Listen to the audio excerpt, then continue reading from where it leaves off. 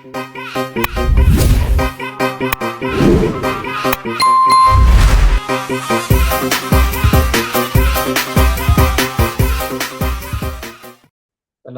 warahmatullahi wabarakatuh. Di sini saya akan memberikan tutorial membuat variabel menggunakan JSON atau JavaScript Object Nation. Di sini yang pertama-tama kita harus melihat dulu apa tugasnya. Yang pertama itu buka dan pelajari tata cara pembuatan variabel JSON di JavaScript dan mulai deklarasinya dalam. Lalu yang kedua tuh paham mengenai CORS dan bisa mengerti cara memakai tools extension browser CORS. Jadi nanti kita akan menggunakan CORS ini untuk membuka blog yang tidak bisa dibuka nanti di websitenya. Kita akan menggunakan ini. Lalu menggunakan fungsi getJSON dari JSC root dengan cara import modul dengan contoh pengambilan data dari JSON. Nah, kita nanti akan mengambil data dari sini ya, teman-teman. Lalu di sini menggunakan fungsi setiner dengan cara import modul dari hasil pengolahan setelah getJSON sebelum ditampilkan. Nanti kita akan mengimport modul data yang ada di getJSON juga.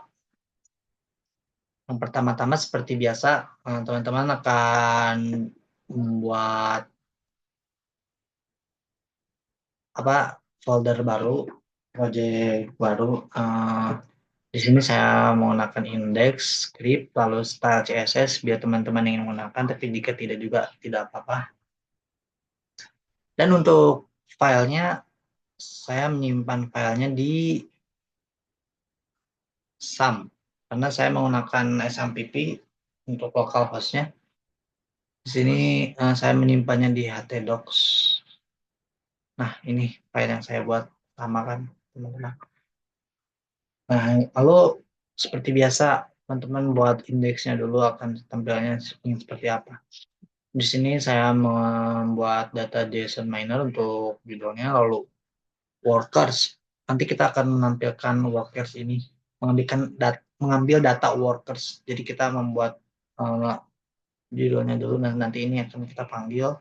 Lalu yang terakhir ada history. Kita akan menggunakan history juga selain worker dan history. Di sini ada miner info, nanti ada pemanggilannya juga. Lalu yang kedua, ini tampilan style CSS saya. Jika teman-teman ingin menggunakan bisa, tapi jika tidak juga tidak apa-apa. Ini saya hanya untuk fontnya saja. Nah, lalu di sini saya akan menjelaskan untuk JS-nya menggunakan JS root. Di sini saya mengimport setiner dan juga getJSON. Nah, saya mengambil kedua ini dari Nah, lalu saya mengambil file tadi dari JSC root ini. Nah, di sini saya mengambil import setiner yang tadi kita masukkan, lalu import getJSON. Saya mengambil dua ini. Nah, lalu yang diperintahkan kita akan mengambil data dari sini. Kita diperintahkan untuk mengambil data dari link ini. Nah, di sini saya memakai perintah getJSON HTTPS yang tadi sudah kita yang kita ambil, lalu 00 respon function. Nah, lalu di sini saya menggunakan respon function ini tujuannya untuk di getJSON di JS root itu kan ada functionnya. Nah, buat ngejalanin function getJSON biar jelas itu kita butuh URL token value sama function buat responnya. URL link API-nya token key dan token value. Jika tidak ada, bisa diisi dengan 00 seperti ini, teman-teman. Lalu function responsive berisi apa yang akan kita lakukan pada data yang diambil oleh getJSON. Kita mengambil, lalu function init tuh buat nampilin data yang diambil sama getJSON. Nah, lalu console log HTTP response status ini tuh buat ngasih tahu status HTTP pada pengambilan data API-nya 200 itu artinya sukses, jika 403 yaitu forbidden. Lalu konsol log gini respon data. Respon data ini buat nampilin data yang diambil dari konsol. Nah, saya ngambil ini tuh dari link yang ini, teman-teman. Get this dan get this yang ini. Saya ngambil dari sini. Di sini. Nah, di sini kan kayak tadi get JSON target URL token key dan token value. Jika tidak ada, saya menggunakannya no seperti yang tadi kita lihat. Kalau di sini kita akan mengambil data ini, teman-teman.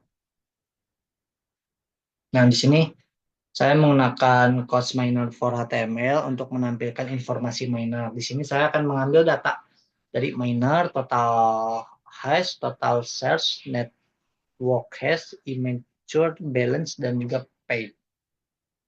Nah, sini saya akan mengambil ini nih, miner, total search, network was, immature, balance, paid. Saya akan mengambil data-data angka-angkanya ini ya teman-teman. Nah, lalu di sini juga ada worker data. Setiner miner infonya ini buat ngambil yang tadi juga sama menggunakan setiner. Lalu di sini juga kita akan mengambil workers datanya. Jadi di workers data itu nanti kita bakal ngambil work name sama hash rate-nya. Oh ya teman-teman, jangan lupa nyalain dulu Apache-nya ya. Nanti kita akan mengambil data dari ini, miner, total, yang tadi kita jelaskan. Yang tadi saya jelaskan maksudnya. Lalu kita akan mengambil source datanya yaitu ini, berarti worker, sugar. Tapi kita hanya mengambil name dan juga hash rate. Nah, sini kita coba refresh. Datanya akan seperti ini munculnya. Nah, untuk memunculkan data-data yang tadi udah kita buat, kita harus nyalain dulu dari workers-nya. Kita nyalain dulu workers ini. Nah, muncul kan. Nah, untuk saya akan sedikit menjelaskan untuk worker ini. Tampilannya tuh seperti ini, teman-teman. Saya di sini hanya men-checklist di bagian nomor 3, yaitu access control allow headers. Sebetulnya jika di checklist semua juga ada yang bisa, ada yang tidak. Tapi saya kalau di checklist semua nggak bisa. Saya makanya nomor 3 aja. Lalu di sini kalau defaultnya tuh origin. Nah, saya pakainya yang ini karena nggak bisa kalau pakai yang origin nggak muncul. Itu tampilan yang saya buat seperti ini untuk course-nya. Nah, lalu ini adalah data yang tadi kita ambil, data JSON miner. Nah, data-datanya udah berhasil kita ambil ya, sesuai dengan perintahnya. Di sini kita untuk memastikan miner 487 kita mengambil total hash, total source, mau lokasnya 127 ya seperti itu kira-kira. Nah, lalu di sini kan kita tadi mengambil data worker ya. Worker. Nah, di sini kita ambil worker data. Yang kita targetin tuh worker name sama hash rate. Nah, di sini tampilannya worker name dan juga sudah bisa diambil. Lalu ada history, saya juga sama buat history juga. History ini tuh kita mau ngambil data yang ada di sini. Nah, history ini kita akan ngambil ini. Lalu untuk history datanya itu pakai house on property. Lalu record sports index yang tadi.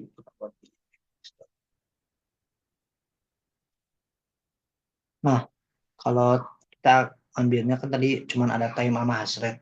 Time itu untuk konversi waktu, lalu kalau hash rate itu untuk format hash rate-nya. Sini menggunakan, saya juga pakai time hash rate, ambil index. Lalu itu setting story timeline tampilan hasil ke elemen dengan ID story yang tadi. Karena di sini sudah berhasil kita ambil indeks time 00. Jika teman-teman ingin membuktikan apakah benar datanya salah atau benarnya, kita bisa membandingkannya di sini 172 3621 173 173 3621. Nah, betul kan teman-teman?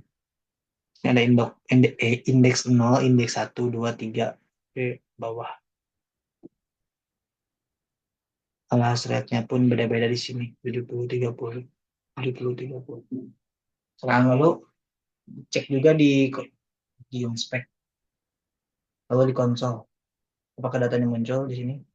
Nah, ternyata muncul ya, sama kayak yang data yang tadi kita buat di sini. Untuk history sugarnya benar, lalu di sini worker yang tadi kita buat, di sini workernya sama. Jika ingin diperjelas kita pencet saja. Lalu untuk nah, udah seperti itu ya teman-teman. Cukup sekian tutorial dari saya. Mohon maaf bila ada kesalahan atau ada kata-kata yang tidak dimengerti oleh teman-teman. Mohon maaf bila ada kesalahan. Wassalamualaikum warahmatullahi wabarakatuh.